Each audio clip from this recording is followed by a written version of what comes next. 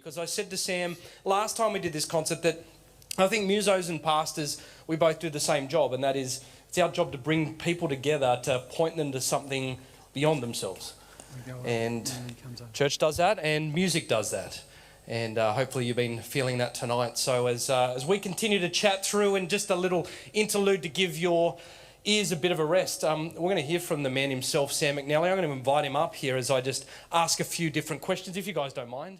But Sam, what was the heart behind, you've done this, the Awaken concert, what was the heart behind doing this tonight?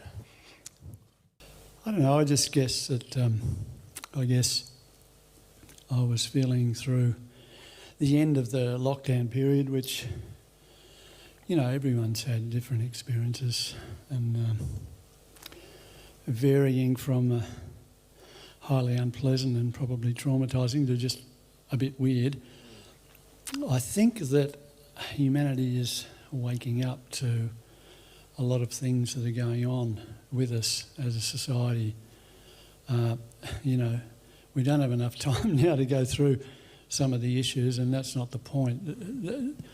It's the feeling of an awakening that changes in the air, because it just really is. And, you know, music seems to have a part to play in helping people feel good and feel joy. What I love about music is it cuts to the chase, and I've for a long time been listening to people that talk about pay attention to how I feel, because feelings really matter, you know.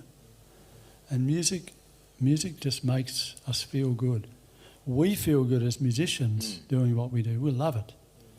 And I have to say, most of the time when I do what I do, people enjoy what I do, and they love it, and I'm incredibly grateful for that.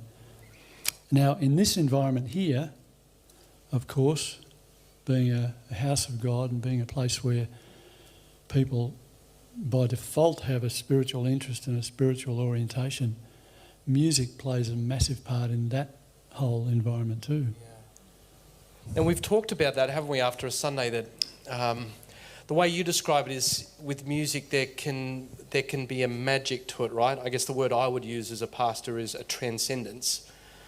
But there's a magic to it, right? And we felt that here in this place when we've done that. We feel it here tonight when you take us to some of those different places. Both of you guys, Burns, you can jump into here with this as well, both as a worship pastor and a muso.